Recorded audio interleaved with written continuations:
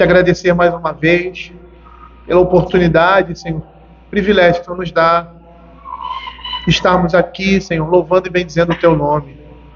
Te agradecendo também, Senhor Deus, pelas coisas que o Senhor tem feito na vida do Seu povo, Pai. Te agradecendo, Senhor Deus, o Senhor está restaurando a saúde dos nossos filhos.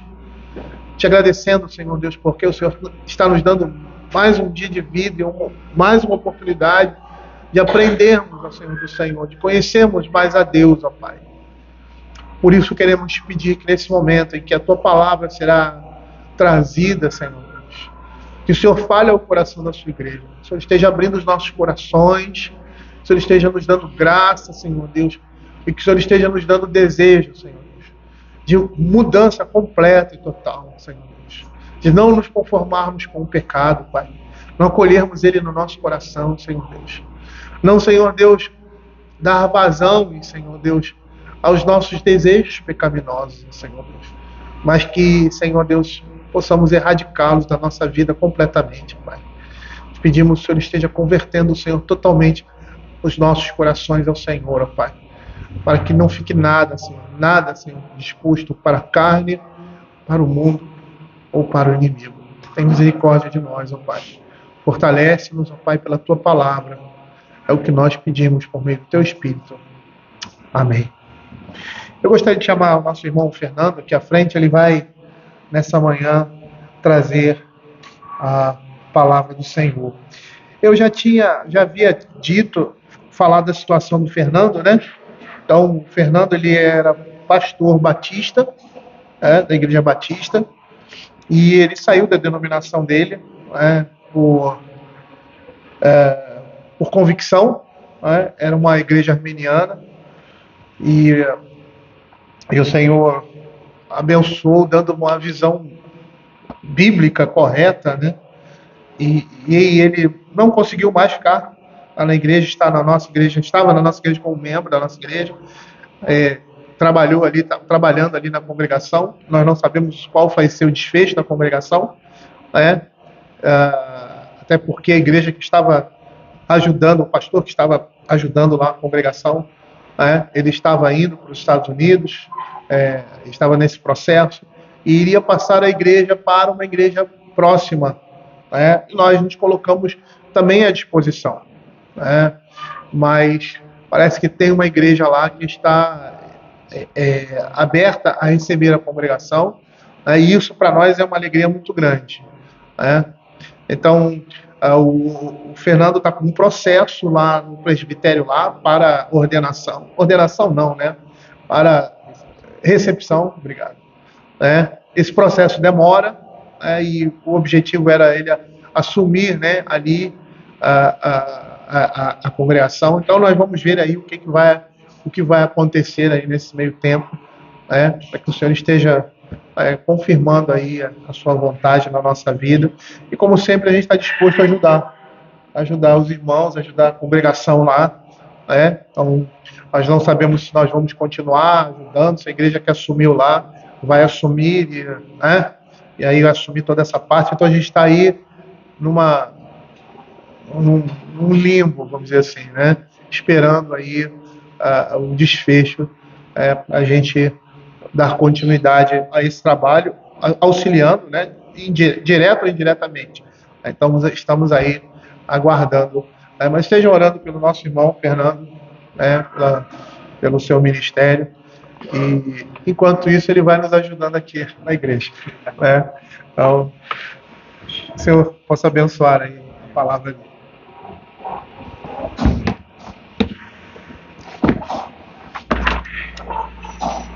Irmãos, vamos abrir nossas Bíblias, carta de Paulo aos Colossenses.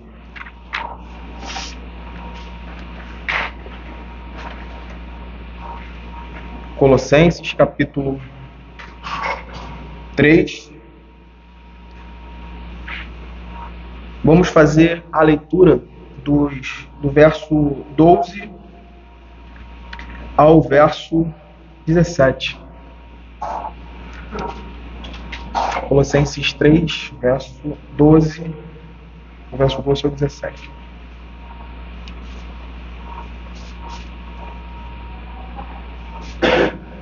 Diz assim a palavra do Senhor: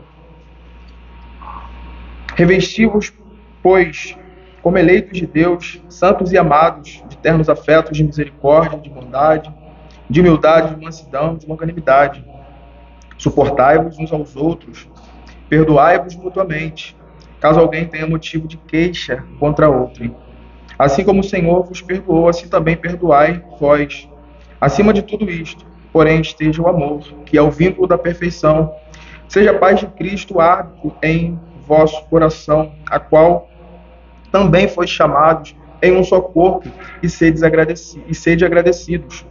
Habite ricamente em vós a palavra de Cristo, instruindo-vos e aconselhai-vos, instruí-vos e aconselhai-vos mutuamente em toda a sabedoria, louvando a Deus com salmos e hinos e cânticos espirituais com gratidão em vosso coração. E tudo o que fizerdes, seja em palavra, seja em ação, fazei-o em nome do Senhor Jesus, dando por ele graças a Deus Pai. Vamos orar mais uma vez. Senhor Deus, nós agradecemos a Ti pela Tua palavra aberta, pelo Teu povo reunido no dia do Senhor. Pedimos, ó Pai, que nesse momento o Senhor continue a falar conosco, nos instruir por meio da Tua palavra, para a glória do Teu nome e para a edificação do Teu povo. Amém.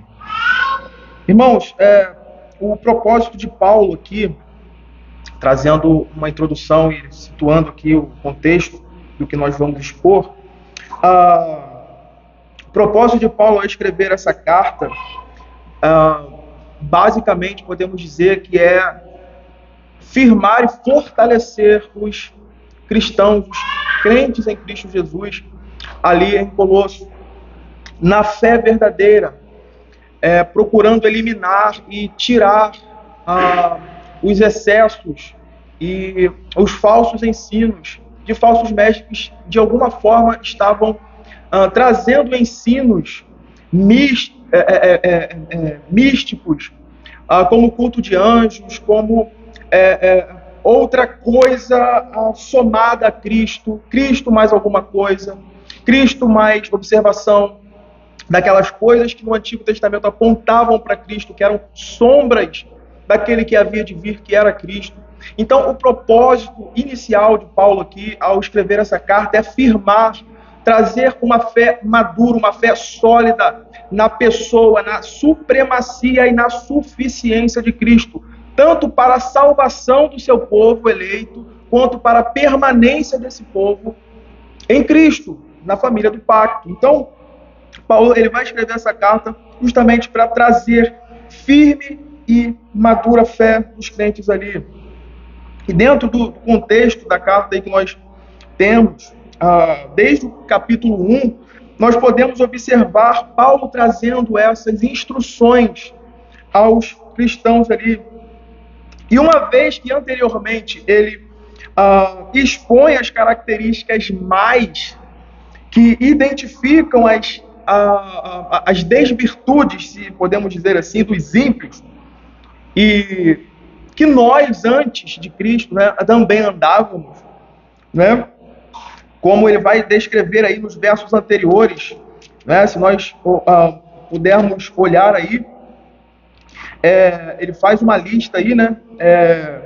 No capítulo 3 ainda, do verso 5 em diante, ele vai trazendo, né, essas características que identificam as virtudes, as desvirtudes dos ímpios, e que nós um dia andávamos, né, antes de Cristo, antes de receber a Cristo e de ser por ele alcançado, como prostituição, impureza, paixão lasciva, desejo maligno e avareza, que é idolatria. Então, agora, Paulo vai expor e vai trazer aí no capítulo 3, do capítulo 3 em diante, os resultados dessa união com Cristo, ou seja, da obra de Cristo na vida do seu povo e do resultado dessa união dos eleitos ou dos amados, né, ou dos santos, que ele usa aí esse termo, né, nessa união com o seu povo.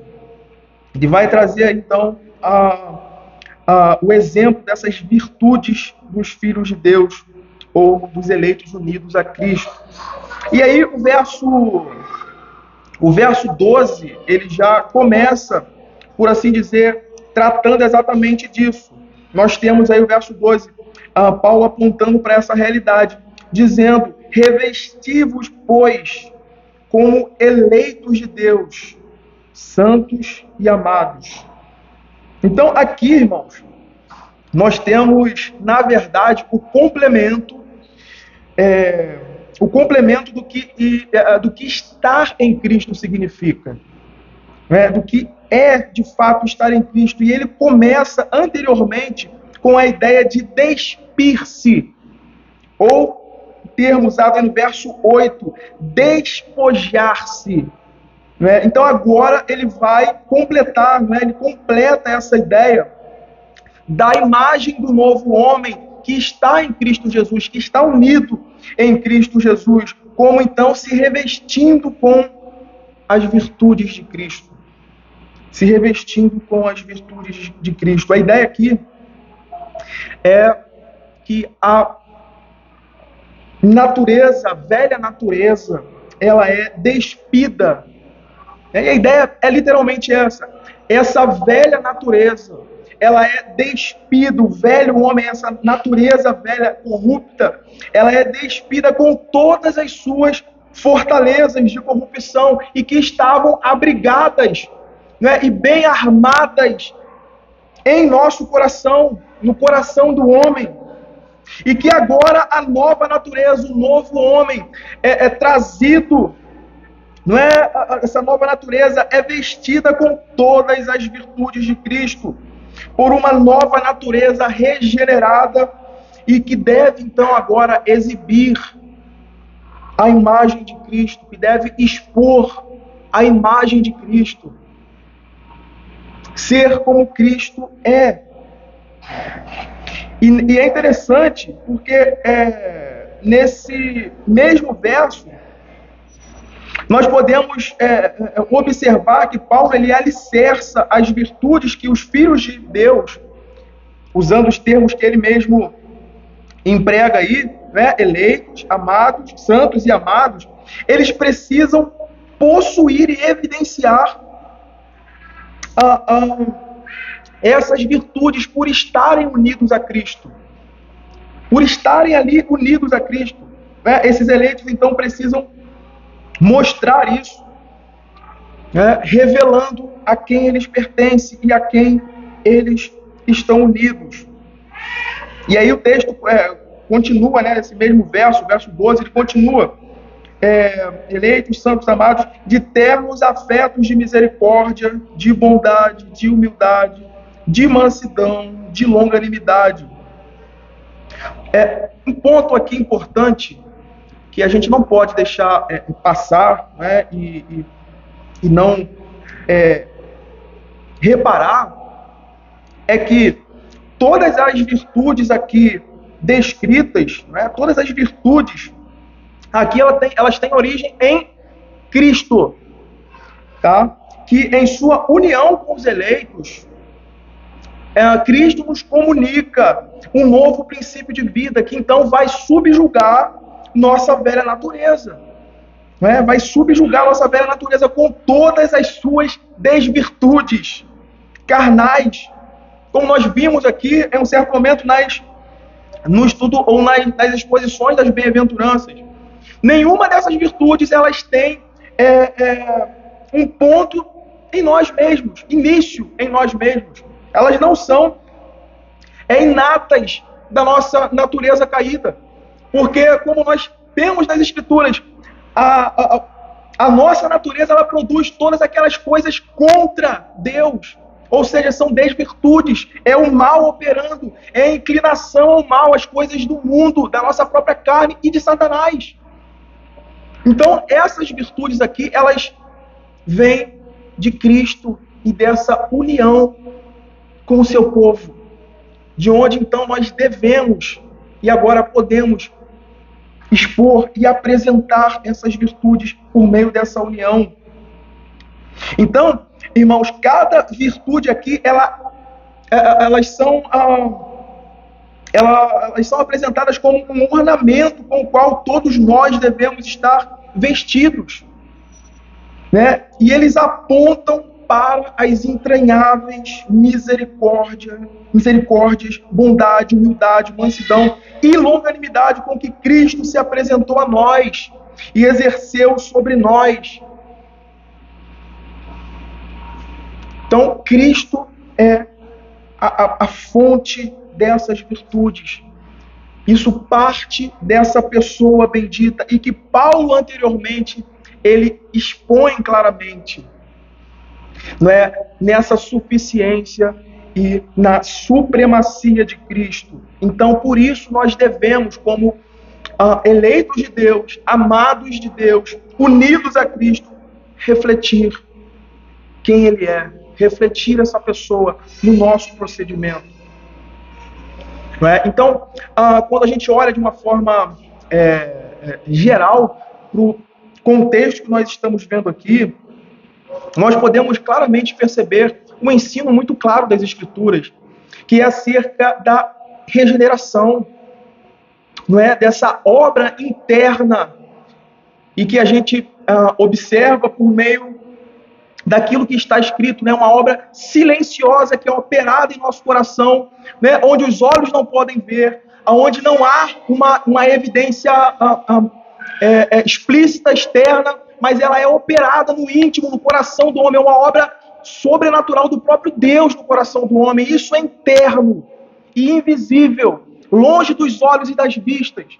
Mas, ao mesmo tempo, o outro lado, dessa obra magnífica de Deus na salvação do seu povo, dos seus amados e dos seus eleitos, ela se expressa por meio da conversão, da fé e do arrependimento, que é essa parte externa que apresenta essa obra de Cristo completa na vida do seu povo, e que eles agora estão a refletir a obra de Cristo e a sua pessoa na sua vida, no seu proceder, no seu comportamento, abrindo mão, abdicando, despindo-se do velho homem, fazendo morrer a velha natureza. Esse é o sentido do que nós temos aí. Então, esse é o contraste que Paulo faz aí com a lista que ele faz anteriormente, representando o nosso velho homem, que é representado aí por essas 10 virtudes, está no verso 5, e a lista das virtudes que expressam o viver santo que convém aos eleitos, que convém aos filhos de Deus. E, irmãos, é interessante perceber isso aqui, porque a vida cristã consiste nisso. A vida cristã é isso. É o constante abandono do pecado. É essa realidade constante de despir-se. É essa realidade constante, é a apropriação. Não somente isso, Esse é um ponto interessante aqui que a gente não deve deixar passar. A vida cristã é isso. Despir-se do velho homem pelo poder de Cristo e o poder dessa união de Cristo com o seu povo. Abandonar, fazer morrer, mortificar essa velha natureza abrigada ainda em nós. E, ao mesmo tempo, vestir-se, ou revestir-se dessas virtudes de Cristo. É fazer morrer a nossa velha natureza, que é o que nós chamamos de mortificação. Só que isso não para por aí, Ela continua na santificação. Por quê? O velho homem, ele não foi embora, ele não foi apagado, uma borracha. Então agora você está livre. Santificação é isso. Santificação é isso. É um processo que dura toda a nossa jornada, toda a nossa caminhada cristã. É uma luta constante. E é interessante perceber aqui a linguagem desse texto aí, e que é empregada em outros momentos aí no livro de Colossenses por Paulo. É algo que, ao soar aos ouvidos do seu público, dos seus ouvintes, isso ia trazer uma ideia lógica, clara e ensinável a eles, comum a eles. Paulo ele usa aqui uma linguagem militar. Paulo está comparando o que Jesus fez com Satanás e suas hostes e todos esses poderes que operam no coração do homem, levando ao mal, com o que os exércitos romanos faziam com os vencidos. Naquele tempo, quando um exército vencia o outro, os perdedores eram despojados e literalmente saqueados, que é o termo que representa, e também, não é só isso, mas também os saqueando os perdedores, aqueles que perderam de todos os seus bens, e às vezes até a roupa do próprio corpo, suas próprias roupas. E em seguida eles eram amarrados e obrigados a desfilar pelas ruas numa humilhação pública. E aí o texto que nós temos anterior aí, ele vai mostrar exatamente isso. Jesus despojou Satanás e o humilhou perante todos em sua morte e ressurreição gloriosa. Colossenses 2, capítulo 2, versos 14 e 15. Vai dizer exatamente isso. 14 e 15. Tendo cancelado o escrito de dívida que era contra nós e que constava de ordenanças, o qual nos era prejudicial, removeu inteiramente, encravando na cruz e despojando os principados e as potestades, publicamente os expôs ao desprezo, triunfando deles na cruz. Então, a ideia aí que traz é exatamente isso. A vida cristã é sendo vivida debaixo dessa obra perfeita de Cristo, desse poder de Cristo, e unido a Cristo nós temos esse poder, essa virtude. E nós devemos, então, fazer morrer, despir a nossa velha natureza e, então, vestirmos ou revestirmos com essas virtudes de Cristo. E com base nessa obra perfeita de Cristo, Paulo instrui os colossenses, ele vai instruir aos colossenses a continuar, na verdade, a instruir os colossenses no verso 13. Veja o que temos aí no verso 13. Suportai-vos, veja, suportai-vos uns aos outros, perdoai-vos mutuamente, caso alguém tenha motivo de queixa. Motivo de queixa aí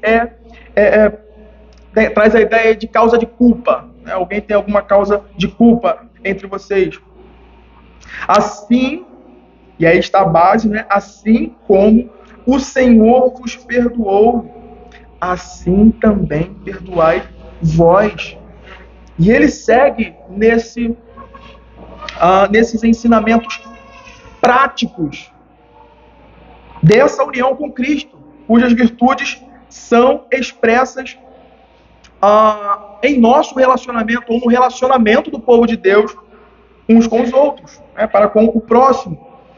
O que é interessante aqui é que a base pela qual os santos são chamados ou são ordenados aí a suportar e a perdoar uns aos outros está vinculado ao fato de que Deus nos perdoou primeiro, de que Deus nos perdoou em Cristo, Ou seja, dentro da temática de Paulo aqui,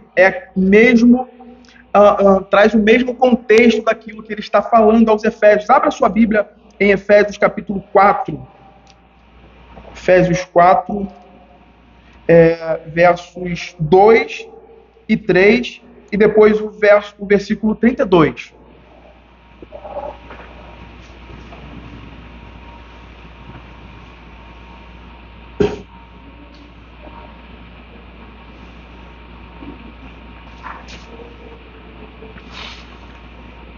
Efésios 4, 2, 3 e 32. Vai dizer: com toda a humildade e mansidão, com longanimidade, suportando-vos uns aos outros em amor, esforçando-vos diligentemente por preservar a unidade do Espírito no vínculo da paz. Antes, verso 32, Antes, sede uns para com os outros benignos, compassivos, perdoando-vos uns aos outros.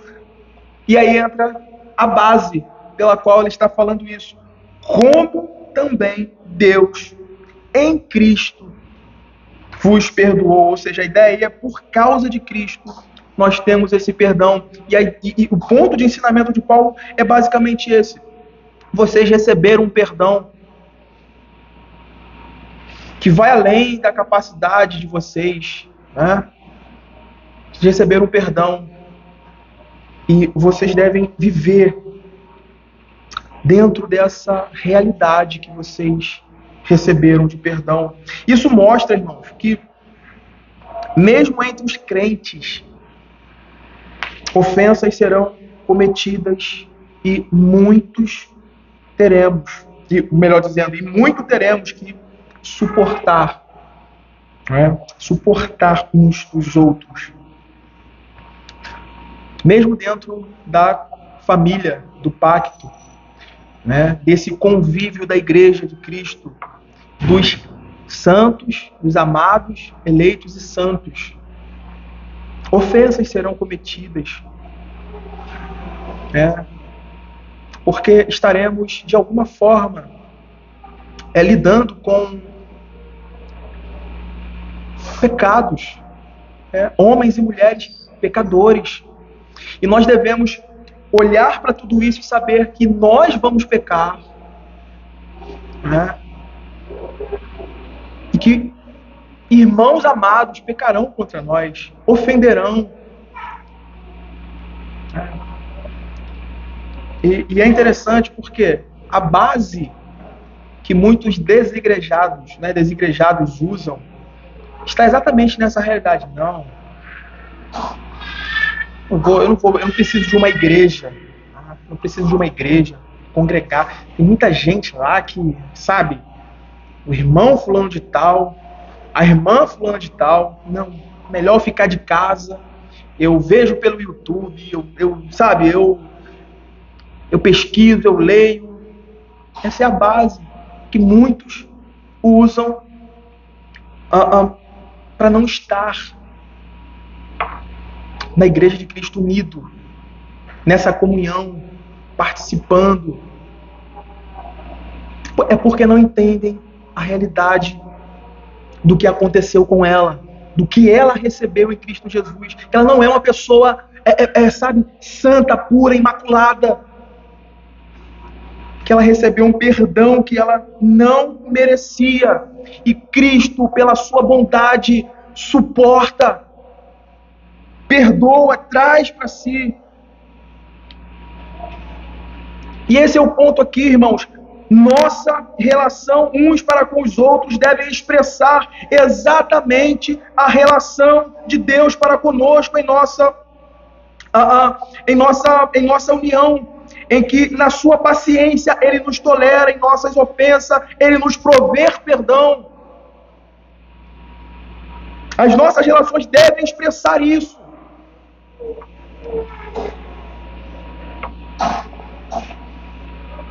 E quando isso não é encontrado no nosso viver prático, na nossa vida comum, na unidade do corpo de Cristo, tem alguma coisa errada.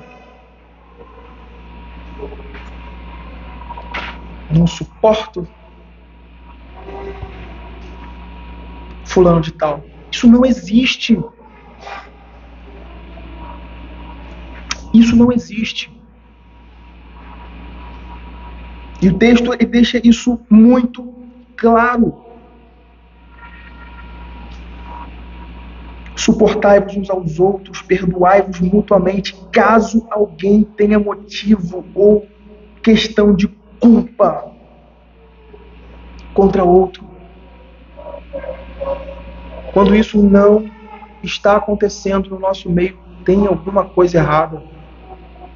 É interessante que no texto das Escrituras, lá no Evangelho de Mateus, nós temos uma parábola que ilustra essa realidade, que é a parábola do credor incompassivo. O Senhor chega para ele, seu senhor chega para ele e cobra algo que ele deve.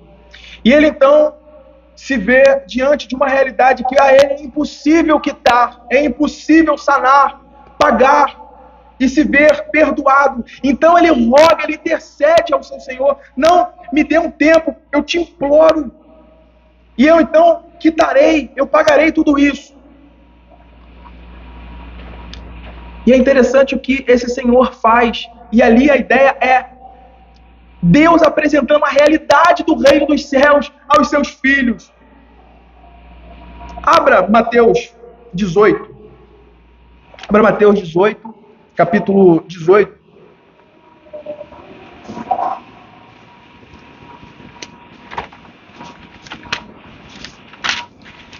Mateus 18, versos 23 a 25. Veja o contexto e o apontamento de ensino aqui.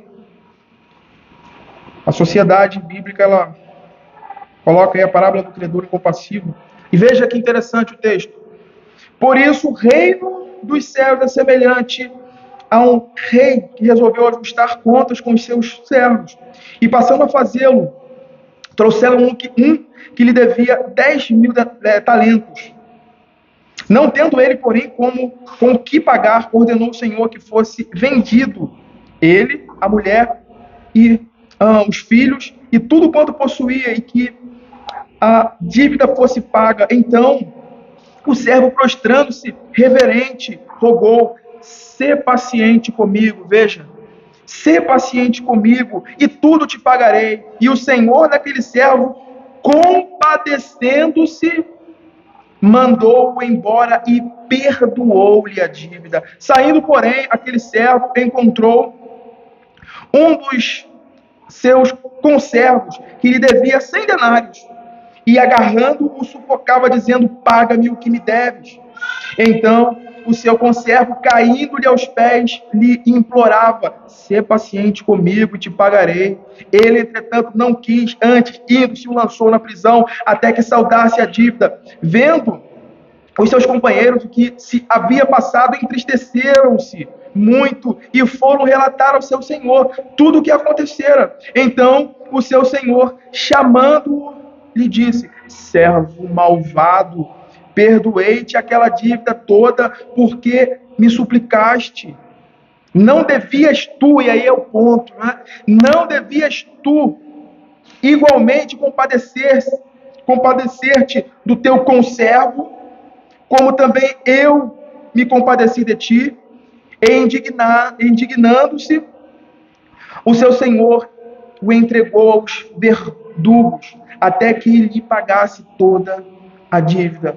Assim também meu Pai Celeste vos fará, se do íntimo não perdoares cada um a seu irmão. E isso é sério, irmãos. E isso é sério. Nós, como membros do corpo de Cristo, da igreja de Cristo, devemos viver de tal forma que isso seja uma realidade em nosso viver, em nossas vidas. Porque nós estamos dispostos a muitas coisas. Nós estamos dispostos a muitas coisas para nos mostrarmos cristãos, para nos mostrarmos como crentes. Mas aqui está uma coisa que poucos, bem poucos, passam no teste: de amar o seu próximo, de perdoar o seu próximo. E aí eu posso dizer, com base no texto que nós acabamos de ler, quando isso não acontece, quando isso não é uma realidade na nossa vida, não há evidência de que nós recebemos esse perdão e de que nós estamos em Cristo, unidos a Cristo, porque nós não agimos como Ele. E não refletimos essas virtudes de Cristo no nosso viver prático.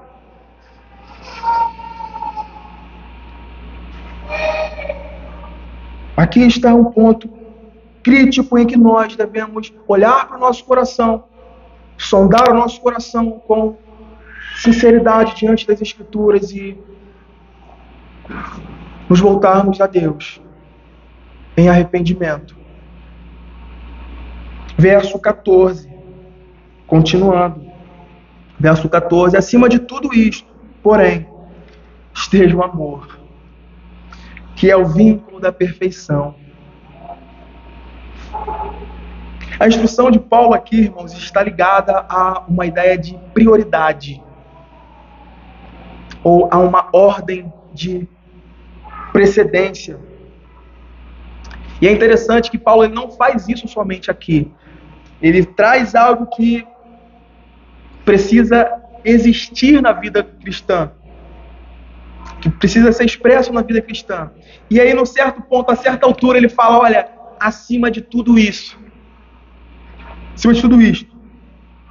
porém, esteja o amor. Ele não usa essa relação, essa ordem, colocando o amor acima, ou em primeiro, ou em proeminência, precedendo todas as demais coisas que fluem a partir disso. Não é somente aqui. Ele faz isso em outros textos, né? Como no texto de 1 Coríntios 13, quando ele fala das 3 grandes virtudes cristãs, o amor é o maior deles.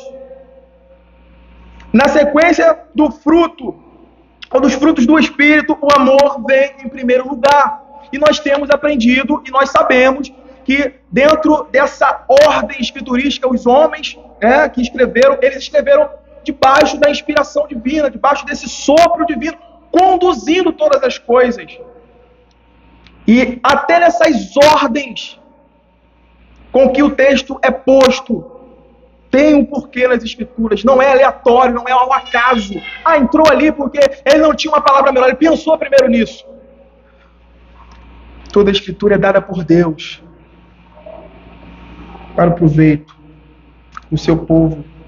Então, o amor aqui ele é colocado como o elo, ou trazendo a termos literais, como esse laço, ou ligamento que une todos os outros membros, ou seja, todas as outras virtudes, a um único corpo cujo cabeça é Cristo. Ele une esse corpo, ele une todas as virtudes, e essas virtudes são apresentadas por base disso, dessa união perfeita, vínculo da perfeição, esse laço, esse elo perfeito.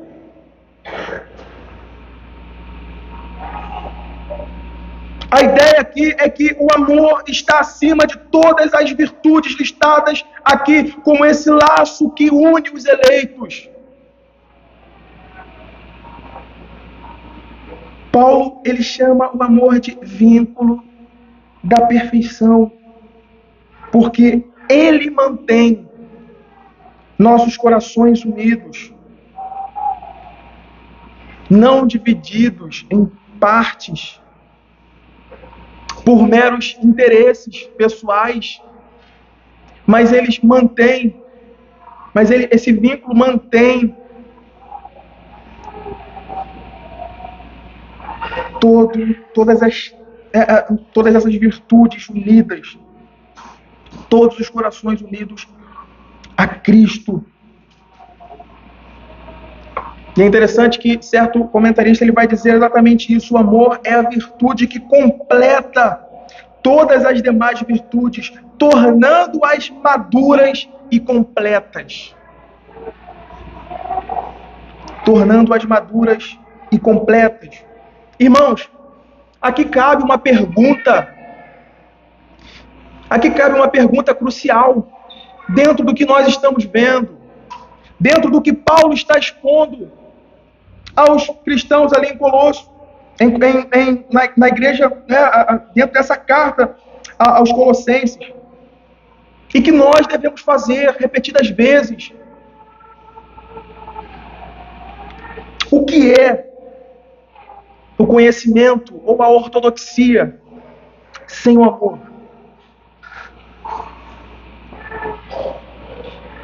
Ele se torna, ou ele descamba a um legalismo frio, sem vida, a um conhecimento mortífero, sem eficácia alguma, sem proveito algum para a vida. E nós temos isso ao largo das Escrituras. Quando os fariseus eles procuravam exibir, né, a sua ortodoxia, o seu grande conhecimento meticuloso das Escrituras. Mas quando na verdade eles estavam longe, distantes dessa realidade de amor. Da mesma forma, nós podemos questionar o que é a santidade sem amor. Farisaísmo. Um meio para exibir.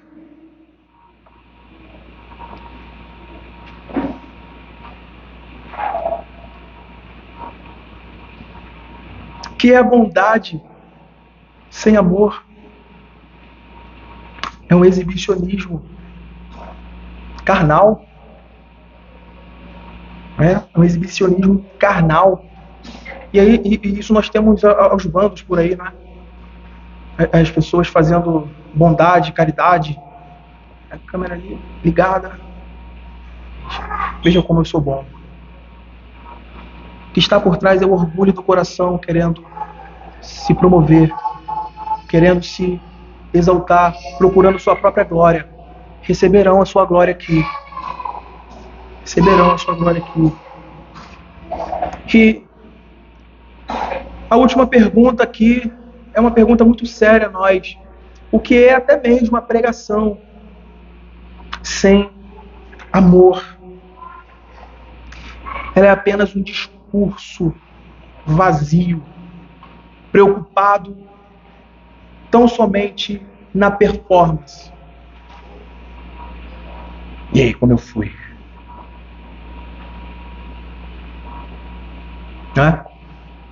É algo vazio. Não tem a glória de Deus como alvo.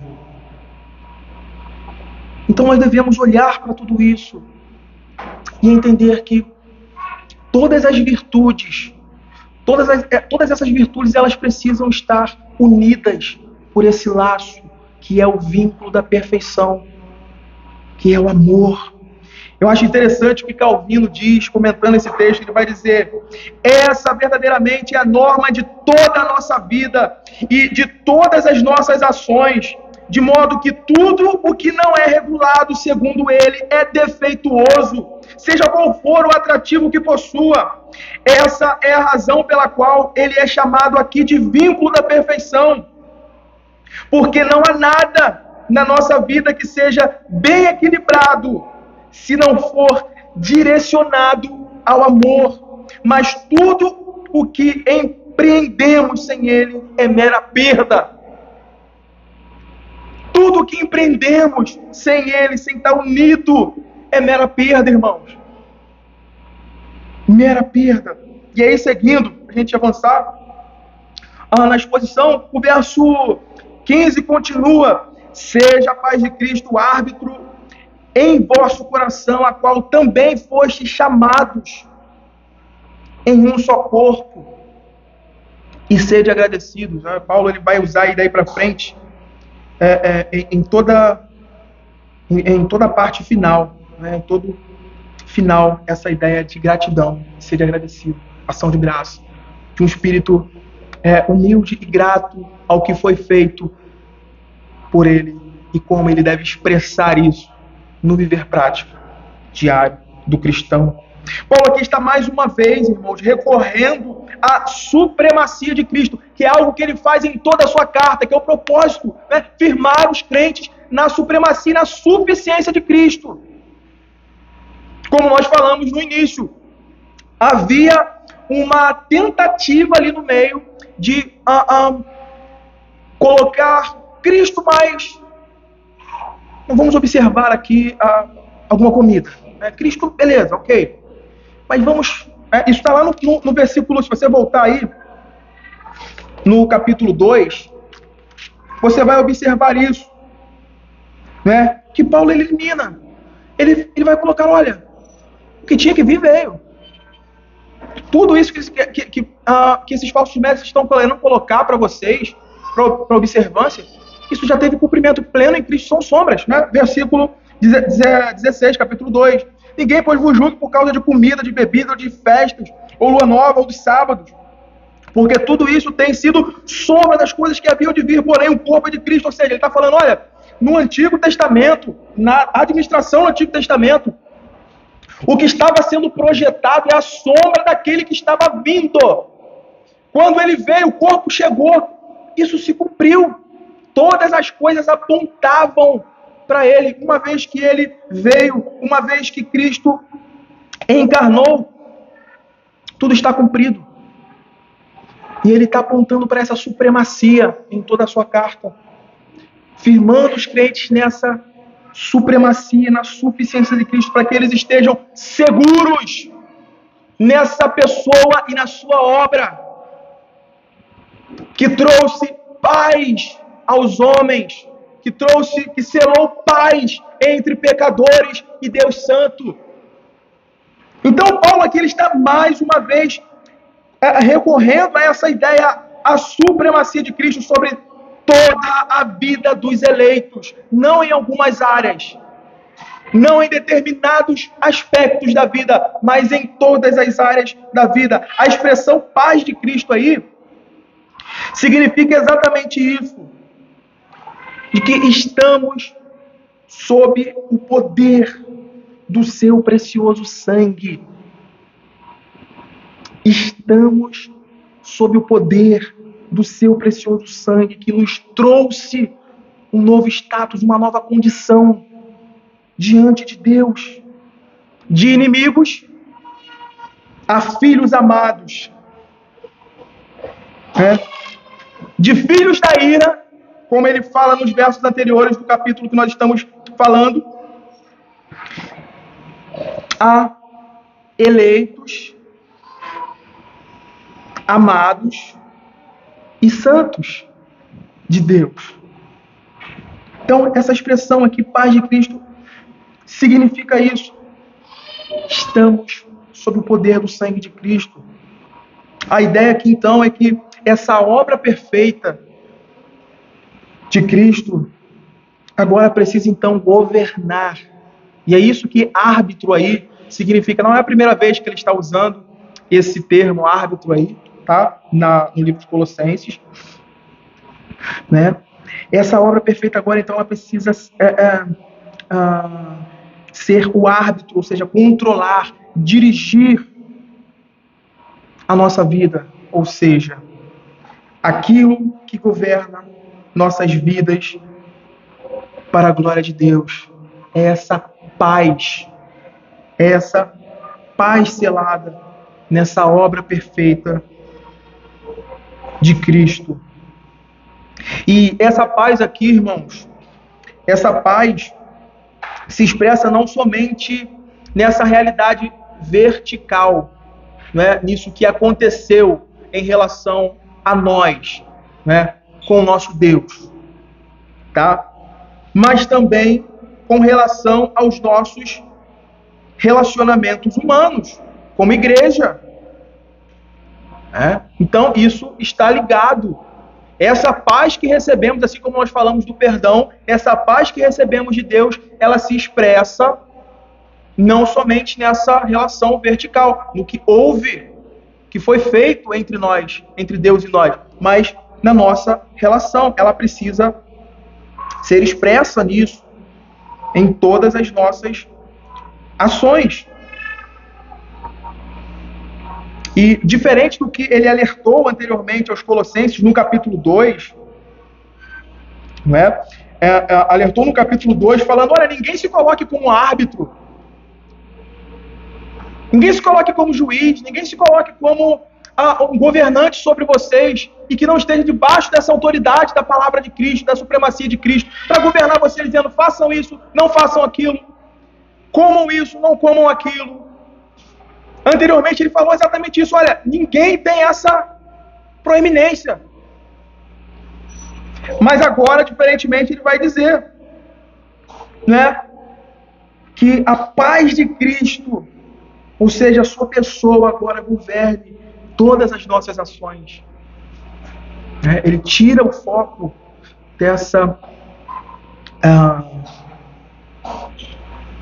ideia humana, e ele põe em Cristo, que é o único que pode governar a sua igreja. E a última parte aí relacionado, né, está relacionado à nossa resposta diante disso, e como devemos nos portar diante disso, como com gratidão, sendo gratos a Deus. E é interessante como isso acontece na nossa vida prática, irmãos. É muito interessante. O Filho de Deus, o homem que foi nascido de novo, regenerado, quando ele pisa fora, quando ele dá um passo falso, um passo fora dessa estrada, quando ele peca, quando ele transgride, quando ele, de alguma forma, ele comete pecados. Esse árbitro, esse Espírito de Cristo, ele está ao nosso coração, falando, trazendo as convicções, ou a convicção de pecado. Como essa ideia que ele fala anteriormente, né? Esse cartão vermelho mostrando ali, não é por aí, está errado. Trazendo essa tristeza, segundo Deus, para que nos leve ao arrependimento, ao confessar de pecado, a nos despir, lembra? A nos abrirmos mão disso e nos voltarmos para Deus. Vejam mais uma vez esse elo perfeito, essa obra perfeita que foi feita na nossa regeneração interna, ela sempre estará se expressando no nosso proceder cristão prático, nesse arrependimento, né? Nessa conversão, nesse voltar a Deus, em arrependimento constante, reconhecendo as nossas faltas, reconhecendo os nossos maus caminhos e procurando em Deus perdão. E aí ele continua, verso 16: habite ricamente em vós a palavra de Cristo, instruí-vos e aconselhai-vos mutuamente em toda sabedoria, louvando a Deus com salmos e hinos e cânticos espirituais, com gratidão em vosso coração. Seguindo aí esse mesmo propósito, né, da carta que Paulo escreve aí aos Colossenses, Paulo aqui está, como em toda a carta, procurando resguardar os colossenses das perversões produzidas pelos falsos mestres. Ou seja, habite ricamente a palavra de Cristo em vós é o mesmo que afirmar a suficiência de Cristo para governar a sua igreja. Habite ricamente em vós a palavra de Cristo.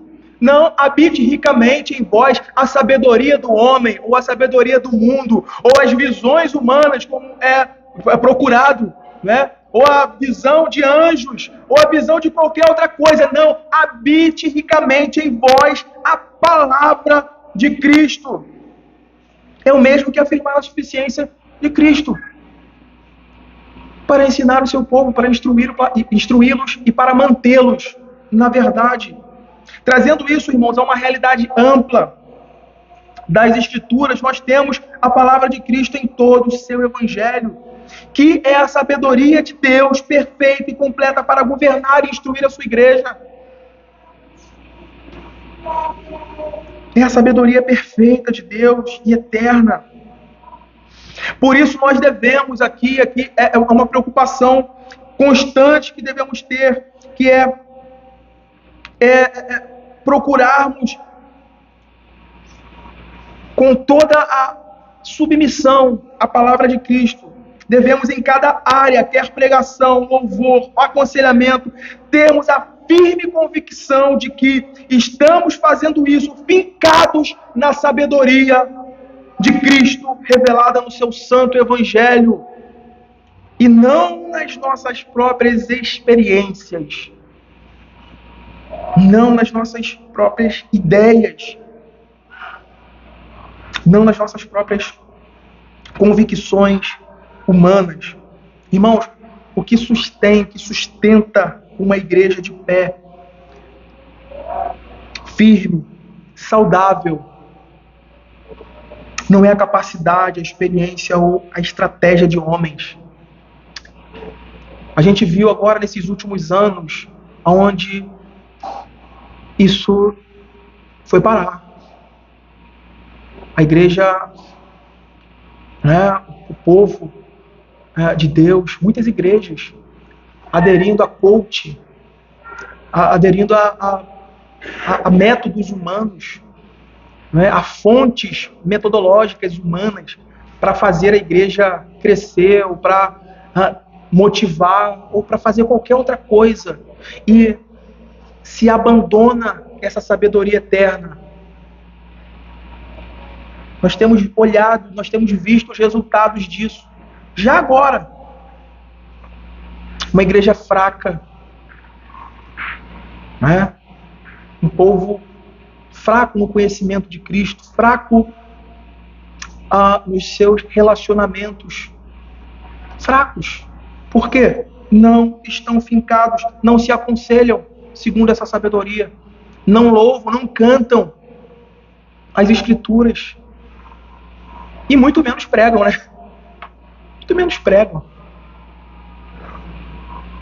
Habitar ricamente a palavra de Cristo em vós é estar cativo a essa palavra para todas as áreas da nossa vida. É recorrer a essa sabedoria que vem do alto. E mais uma vez a gratidão ao final do verso 16 é uma espécie de resposta em sintonia com todo o conjunto de virtudes que crescem no convívio mútuo dos santos. Isso é regado, irmãos, pela palavra de Cristo, que é a única autoridade para governar a vida dos eleitos. E por último, aí o verso 17, para a gente encerrar, último verso 17. E tudo o que fizerdes, seja em palavra, seja em ação, fazei-o em nome do Senhor Jesus, dando por ele, mais uma vez, graças a Deus, Pai. Podemos dizer que aqui nós temos o resumo de tudo que vimos nessa sessão, a ideia de que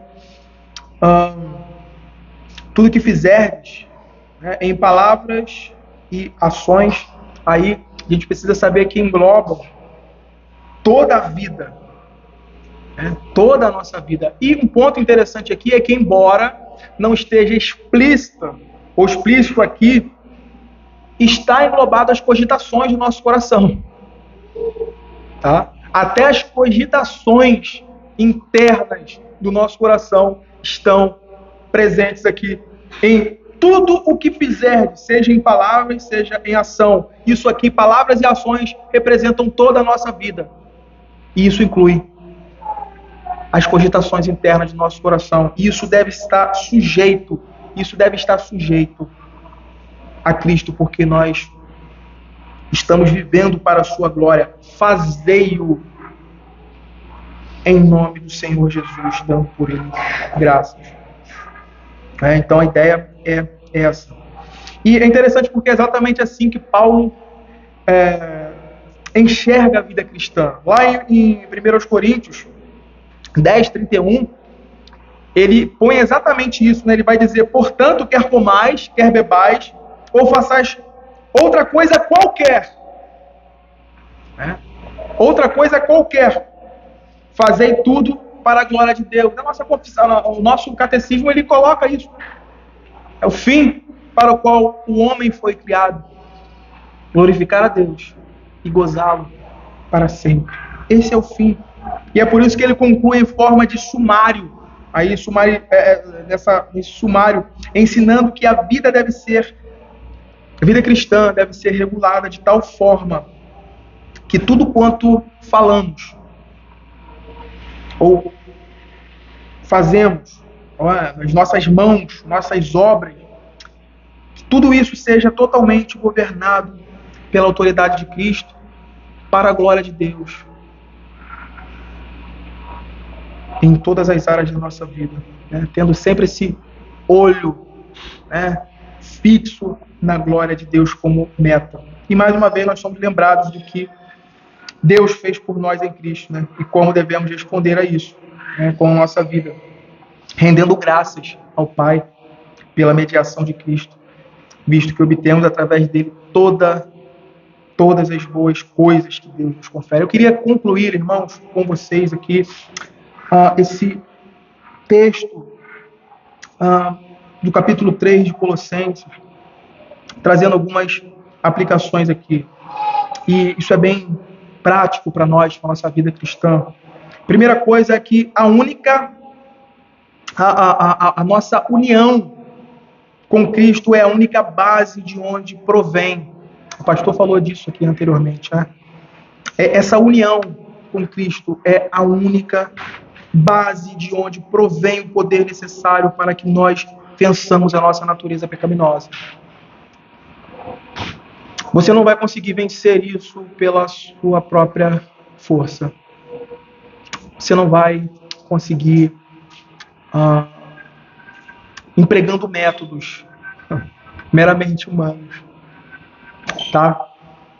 O único poder que vence o pecado e que nos dá a condição de triunfar sobre o pecado está em Cristo Jesus. Nessa obra e nessa nossa união em Cristo, nós somos revestidos com as virtudes que subjugam esse velho homem, né, que mortifica o pecado e cresce cada dia um passo na conformação e na semelhança do nosso Senhor Jesus Cristo. Tá? O Evangelho consiste nisso, irmãos. O Evangelho consiste nisso. Deus tomou a nossa natureza humana pecaminosa e a crucificou. Nós lemos aqui nos versículos anteriores. E a crucificou com Cristo na cruz. Então, as fortalezas do diabo, da carne, do mundo não podem e não governam mais a nossa natureza. Mas aí que tem um ponto interessante, né? Mas a velha natureza ainda mora conosco e precisamos todos os dias nos lembrar disso, como revestindo-nos com todas as virtudes de Cristo, subjugando a nossa carne. Irmãos, isso é um trabalho para a vida toda. Não haverá um dia em que você se levantará e falará: hoje eu estou tranquilo, hoje eu não vou precisar guerrear contra a minha carne, porque ela está ali. Hoje ela não veio, ela está abrigada ainda. Então, a nossa atenção precisa ser redobrada e a nossa confiança em Cristo, diante de todos os meios que Ele nos deu, precisa estar sendo empregados diariamente para o proveito da nossa própria alma. E se você foi chamado um dia ao arrependimento, você estará todos os dias nessa luta sangrenta. Você estará todos os dias nessa luta sangrenta contra o pecado, fazendo morrer a sua carne, fazendo morrer a nossa natureza terrena, que é o verso 5 que ele fala, né? Isso é um processo, irmão. E por último, que todas as nossas ações, pensamentos e palavras tenham o amor como o vínculo perfeito que nos une a Cristo. Por ser alguém, né, certo comentarista, ele vai dizer que por ser a maior de todas as virtudes, as demais virtudes, o amor, ele aperfeiçoa agora a igreja na unidade, tornando-a uma espécie de prefiguração do estado eterno, que será perfeito. Que será perfeito. Então saiba que, enquanto aqui agora, na nossa caminhada cristã, nós não alcançaremos a plena perfeição, mas nós estamos caminhando, como Paulo diz em Filipenses, né? Prossigo, continuo para esse alvo, né, da nossa soberana vocação. Então, a gente precisa saber disso, irmãos. Eu concluo com isso. A espiritualidade de uma igreja, ela não se mede pelos dons espirituais. Eu estou falando isso porque isso é algo que ronda a igreja de Cristo. Nós temos o exemplo disso lá em Coríntios. Né? Temos um exemplo disso lá na igreja dos Coríntios, né? Mas a gente deve saber disso. A espiritualidade de uma igreja não se mede pelos dons espirituais, mas pelo nível espiritual do amor. 1 Coríntios vai dizer, não precisa abrir, eu só vou ler. 1 Coríntios 1, 13 do 1 ao 3. 13 do 1 ao 3. Diz assim: ainda que eu fale a língua dos homens e dos anjos, se não tiver amor, serei como bronze que soa, ou como símbolo que retine. Ainda que eu tenha o dom de profetizar e faça todos os mistérios, né, e conheça todos os mistérios e toda a ciência, ainda que eu tenha uma fé a ponto de transportar monte, se não tiver amor, nada serei. E ainda que eu distribua, ser piedoso, né? Distribua todos os meus bens entre os pobres, e ainda que eu me entregue, ainda que eu entregue o meu próprio corpo para ser queimado, se não tiver amor, nada disso me aproveita. Paulo está falando a uma igreja problemática, uma igreja que estava nessa disputa de quem era mais espiritual. Não, tenho isso, eu faço isso, eu aconteço, né? Agora eu vou ensinar um caminho mais excelente a vocês, eu vou ensinar um caminho superior a vocês. E ele fala exatamente desse vínculo da perfeição, que é o amor. Olha, se vocês estiverem fazendo tudo isso, se vocês estiverem queimando os corpos de vocês, dando tudo, sendo o homem mais piedoso, se isso não for feito em amor, vocês são como um sino sosso, não tem valor nenhum, não presta para nada, é pura vaidade.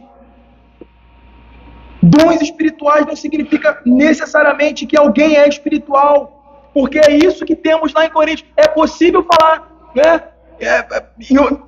fazer proezas, profetizar, ter fé e não ter amor. É isso que Paulo está falando lá. É possível.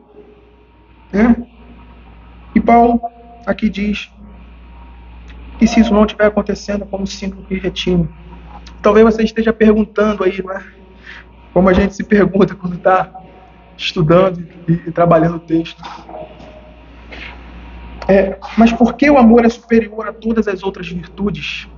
A gente fica se questionando, por que o amor é superior a todas as outras virtudes?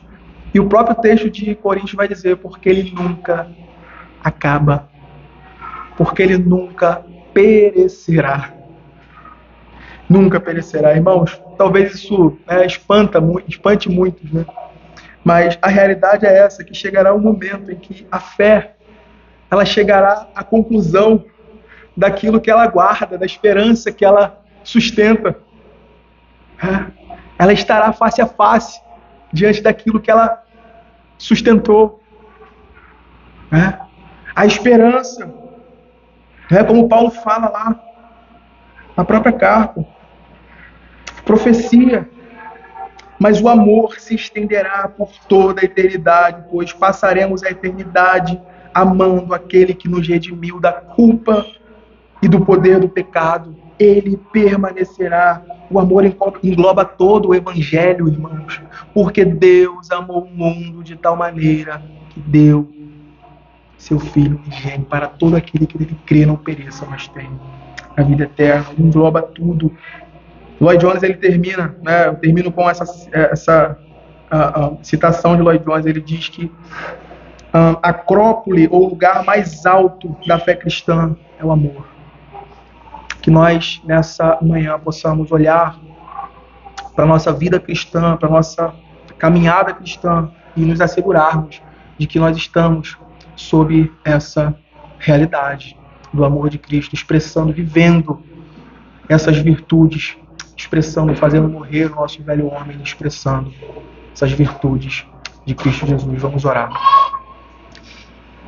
Senhor Deus e Pai, nós somos gratos a Ti, ó Deus, pela Tua palavra, que nos confronta, ó Deus, em nossas faltas, em nossos pecados, que traz a nós, ó Deus, o senso e a realidade do nosso pecado, mas que ao mesmo tempo, Senhor, nos encoraja, nos traz, Senhor, segurança, esperança, em saber que todas essas coisas estão seguras em Cristo Jesus e nos são doadas gratuitamente em Cristo Jesus e que nós estamos em Cristo Jesus. Pai, te pedimos que o Senhor continue a fortalecer a tua igreja nessas verdades. O Senhor continue, Pai, a fazer com que o nosso coração nunca perca de vista essa realidade de que estamos trabalhando em duas frentes, mortificando o nosso pecado pelo poder do teu Espírito e fazendo morrer e, por outro lado, vestindo-nos dessa virtude que vem de Cristo Jesus e da nossa união com Ele. Abençoa a tua igreja nesse dia, assim oramos, em nome de Cristo Jesus. Amém.